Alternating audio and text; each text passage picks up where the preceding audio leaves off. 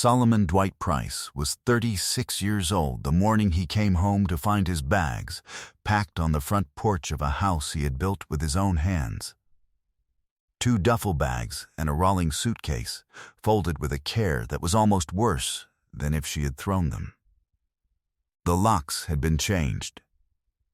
He could feel it before he tried the key, the way a man who builds things can feel when something has been altered.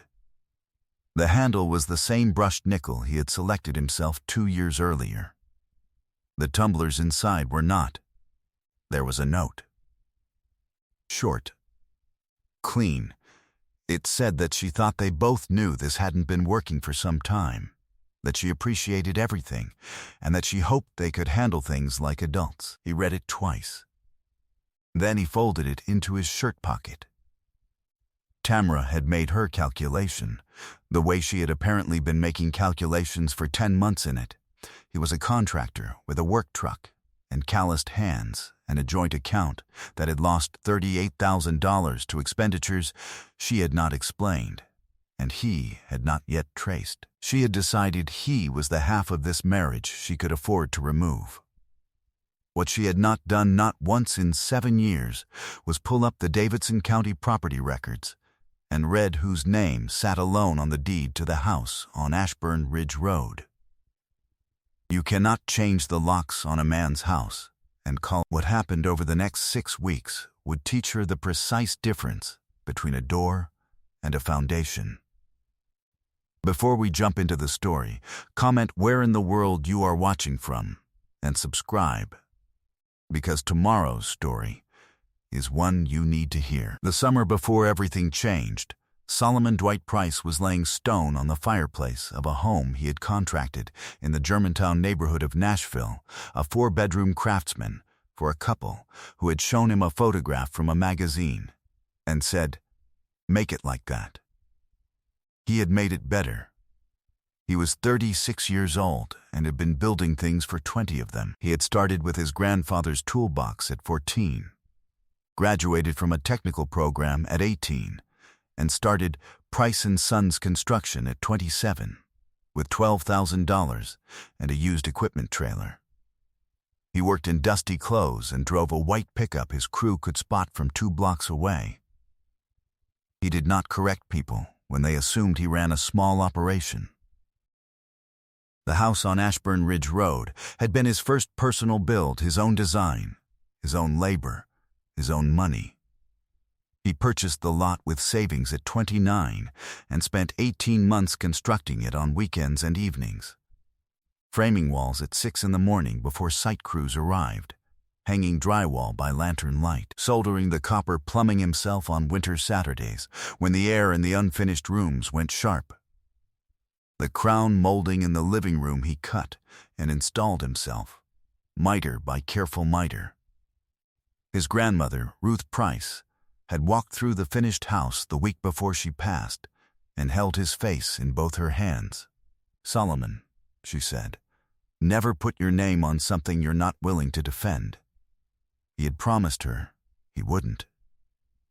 The deed went into the Price family trust that same month and had not moved since. Tamara moved in 3 years later when they married. She made the house a home in ways he would not have thought, to painted the bedroom a color he wouldn't have chosen, and filled the back porch with plants that somehow always survived, made Sunday mornings feel like an event worth staying in for. He had loved her without reservation and had never thought to show her the filing cabinet in his home office where the trust documents were stored.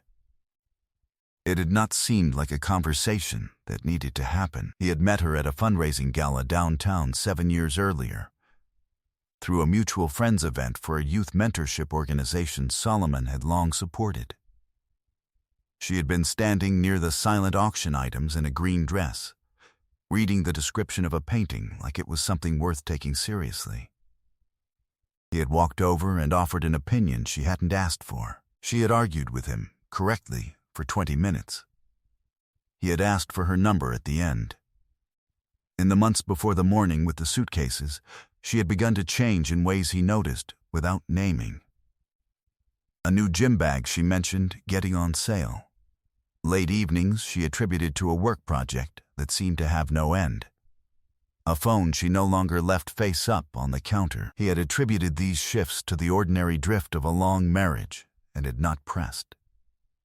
He had been managing a 40-unit residential development in Brentwood that consumed his attention from before dawn until after dark, and he had believed, in the way of a man who has not yet been given reason not to, that what he had built at home was sound.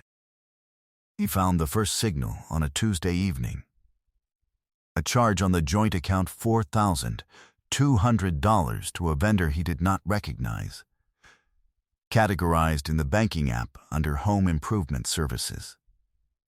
He had authorized no home improvement. He saved the screenshot, set his phone on the nightstand, and went to sleep thinking he would look into it on Thursday. He did not get the chance. He was still, in those weeks, the kind of man who trusted what he had built. He did not knock on the door. This was the first decision he made, sitting in his own driveway at 7:15 in the morning with his bags on the porch and a note folded in his shirt pocket. He could hear movement inside the house. He sat with both hands on the steering wheel and breathed once, slowly, the way he had learned to breathe on job sites when a ceiling beam shifted in a way it shouldn't. He did not knock on the door. He started the truck and drove to a hotel on Church Street, checked in for 2 nights, and set his bags in a room with a view of downtown Nashville he barely registered. He left a voicemail for Claudette. Then he sat at the desk and opened the banking app and began to read the joint account the way he read a project ledger line by line, without rushing, looking for the load points. The first transaction he found was dated 10 months earlier, $2,200 to a vendor listed as Callaway Fitness LLC. He kept reading. He found 23 more over the months that followed, ranging from a few hundred to several thousand. The total came to $38,000 and some change, all categorized under home improvement and business services, all paid to variations of the same vendor name he had never contracted and never approved. He did not react. He was a general contractor. He had spent 2 decades identifying fraudulent billing on job sites, and he recognized the pattern with the same calm he would have brought to a forged invoice. He exported 6 months of statements to his email and downloaded the full transaction history as a PDF, and sat for a moment with the laptop's glow on his face before he opened the security camera application. Because he was a man who built from the ground up, and he wanted to understand the full shape of the structure before he named what it was. Then he remembered the cameras. He had installed the security system himself, 4 cameras, a doorbell unit, cloud-based storage, all accessible from his phone. He had built it right because he built things right, or he didn't build them at all. He opened the app. He watched the footage from the previous evening. At 9:47, a silver BMW had pulled into his driveway. A man stepped out gym-built, carrying an overnight bag with the ease of someone who had done this before. Tamara had opened the door before he reached the porch steps. She held it wide with an expression Solomon recognized as the performed warmth of a person trying to look natural in front of a camera she had forgotten was there. The bedroom lights went off at 11:12. He watched without expression. He scrolled back through 60 days of footage. He found 11 visits. 11 evenings he had been in Brentwood after dark, and the silver BMW had been in his driveway. He noted the dates. He cross-referenced them against the transaction log. 3 of the 11 visits aligned exactly with payment days. His face remained perfectly calm. He pulled up Bryce Callaway on a business directory, owner of Callaway Fitness, a studio on Charlotte Avenue that had undergone a significant renovation over the past 9 months. He pulled the social media presence and found in 7 months of public-facing posts, 12 photographs in which Tamara appeared. At a restaurant he didn't recognize. At an event she had told him was work. At a rooftop he had never been invited to. She had blocked his account from seeing hers. She had not considered the studio's public account, which had tagged her without restriction. He had no idea, apparently, that he had been watching all of it. He closed the app. He set the phone on the hotel desk. He picked up the phone and called Claudette Monroe. "I need you to pull the trust documents for the property on Ashburn Ridge," he said. "And I need you to look into an LLC called Callaway Fitness." He was quiet for a moment. "Yes," he said.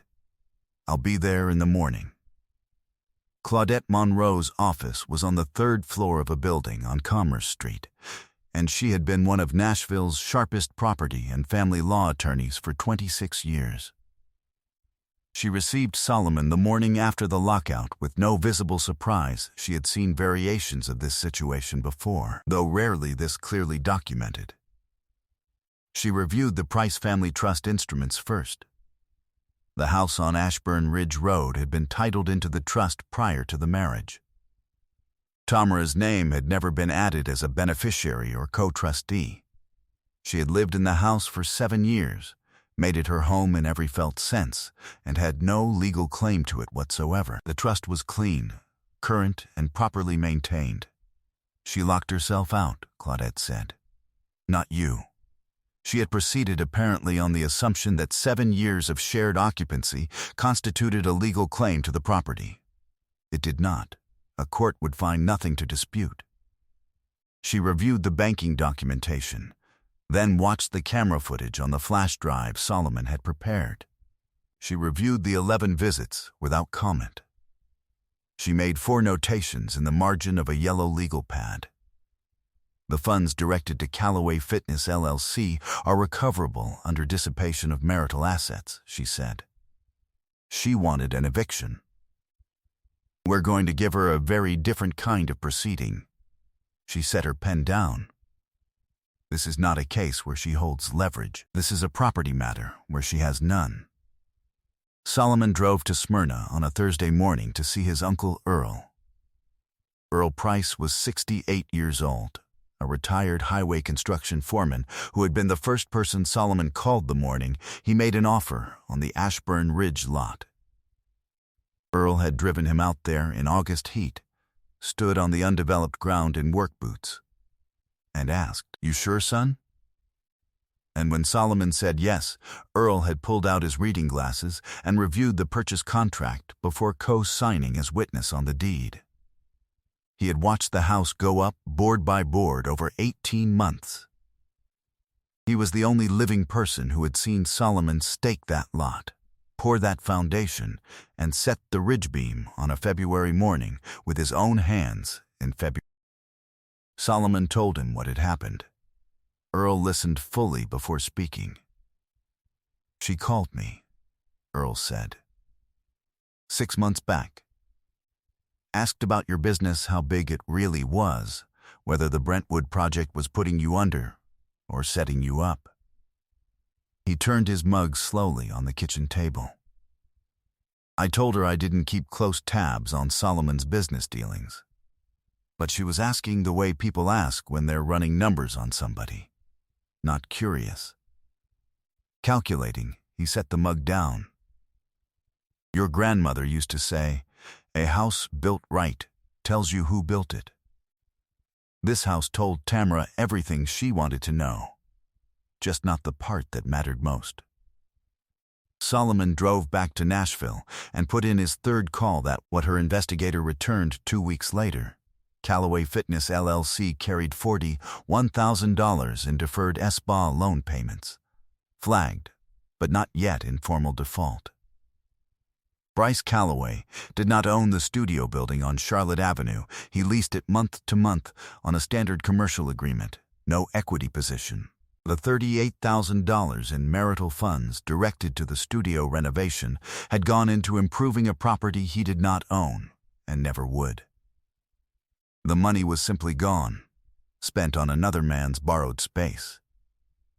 The Price Family Trust documents were current and unambiguous. The deed had never been amended. Tamra's name did not appear on a single instrument connected to the property. She had no claim not to the structure, not to the land, not to 1 square foot of the back porch where her terracotta pots still held their plants in the morning air. Real power operated in quiet rooms. The rooms had been quiet for 3 weeks. Solomon ran his job sites. He reviewed timelines and ate lunch on a poured foundation slab in Brentwood and said almost nothing that wasn't related to the work in front of him. Jerome, his site foreman, caught up with him between a framing inspection and a material delivery one morning. "You good?" Jerome asked. Solomon looked up from the clipboard. "Working through something," he said. Jerome nodded, and they had built 3 projects together. He knew Solomon's quiet as a thing separate from distress. One evening, Solomon drove slowly down Ashburn Ridge Road without stopping. The kitchen light was on. The silver BMW sat at the curb. He took one photograph through the truck window, added it to the folder, and drove back to the hotel. The house was his. It had always been his. The morning Solomon chose was a Tuesday in late October. He was up before dawn. He shaved, put on clean work pants and a pressed shirt, and drove the F-150 to Ashburn Ridge Road. He parked at the curb. Claudette's car pulled in behind him. The Davidson County Sheriff's vehicle parked behind that. He stood on the sidewalk for a moment and looked at the house. The Japanese oak he had planted in the front yard 8 years ago had reached its full growth. The porch boards were the cedar planks he had cut and set himself, and they had not warped or cracked in 7 years because he had laid them over a proper substructure. On the first attempt, correctly, he walked up the steps and knocked on his own front door. The door opened after a long moment. Tamra stood in the frame in morning clothes, and her expression moved through surprise, then wariness, then a careful recalibration as she registered who was assembled on the porch behind him. She saw the deputy. She saw Claudette. She saw the locksmith carrying a toolbox. She looked back at Solomon. He said nothing. He let her look. Claudette stepped forward and presented the document package. The cover sheet was the civil counter-filing dissipation of marital assets, recovery of $38,000 in jointly held funds directed to a third-party private LLC. The second section was a formal notice from the Price Family Trust that the property on Ashburn Ridge Road was trust-held, had never been an asset of the marriage, and that occupancy by non-beneficiaries was subject to immediate termination under Tennessee property law, with all available remedies. Tamra took the documents. She read the cover page. In the hallway behind her, Solomon could see Bryce Calloway standing in a doorway with the careful stillness of a man deciding whether to be present or invisible. She looked up. "Solomon," she said, "you don't have to do it this way. This is the only way it goes," he said. She set the document package down on the table near the door, the side table Solomon had built from a walnut slab he had sourced from a mill in Dixon County the year they married. She looked at him with an expression he had known in an earlier form, before it became this thing. "I was unhappy," she said. "I didn't know how to tell you." Claudette spoke before he could. "Miss Tamra," she said, "the civil process has been served. You have 14 days to vacate the premises with your personal belongings. Anything remaining after that date is subject to property statutes under Tennessee law. Do you understand?" Tamra's jaw shifted. She turned back to Solomon his name, once, quietly, as a last bid. He looked at her without anger and without grief. "I framed this house," he said. He was not raising his voice. He was never going to raise his voice. "I poured the foundation and set the ridge beam in February cold with my own hands. I put my name on the deed, only my name, and that was not an accident. That was a decision I made before I knew you." He paused. You changed the locks on a house that was never in your name, Tamara. That's not a mistake. That's a miscalculation. She started to speak. He held up one hand. Once, briefly. Claudette will answer your questions, he said. I won't be. He turned to the locksmith, who had already set his toolbox down on the porch boards. The locksmith went to work on the deadbolt. Solomon walked through his own front door. He stood in the living room with the crown molding he had cut miter by careful miter, and the floors he had laid, and the walls his grandmother had walked through on her last good day. He was very still. He could hear the locksmith working on the door behind him. He could hear Claudette's voice on the porch, measured and clear. He was not angry. He was home. 9 months had passed like a second coat of paint, quiet, covering, settling into everything. Solomon did not leave the house on Ashburn Ridge Road. He had no reason to. He repainted the bedroom himself, a color he chose from a sample strip without consulting anyone. He replaced the plants on the back porch, kept the terracotta pots, and chose different contents for them. A row of rosemary and a Meyer lemon tree that had no business thriving in Nashville, and he put new hardware on every door in the house, not because the locks had been compromised, but because he wanted to. He signed a contract in March, a 48-unit residential development in Madison, the largest project of his career, valued at $5.8 million. Price & Sons expanded to 14 employees. He promoted Jerome, hired a project coordinator, and moved his business accounts into a structure Claudette had built to be sound for the next 20 years.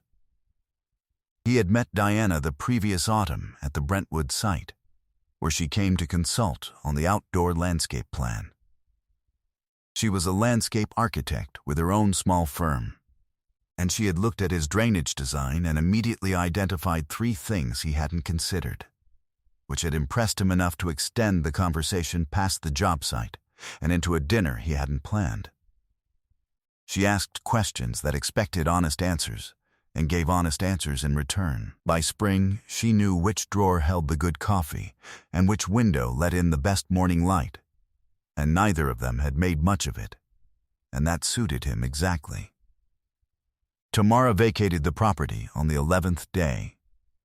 The civil judgment for $38,000 was entered. Bryce Calloway's spa loan went into formal default 6 weeks after the studio renovation was disclosed in the proceedings. His studio lease was not renewed. He relocated to Atlanta by spring. Solomon heard this through Jerome, registered it the way he registered any completed project, and moved on. He did not linger on it. On a Saturday morning in June, Solomon sat on the back porch of the house he had built, a cup of coffee on the railing beside him, and a blueprint spread across the folding table he'd kept since his first solo project. The Meyer lemon tree was showing its first fruit small and bright, against all reasonable expectation. The Japanese oak stood in the front yard, visible through the side gate, the same tree it had always been. Diana's voice came through the kitchen window, asking about the coffee. He told her where the good cups were. He had built it to last. It had. I hope you enjoyed that one. Be sure to like the video and subscribe so you don't miss the next story. I've picked out 2 more for you that I think you'll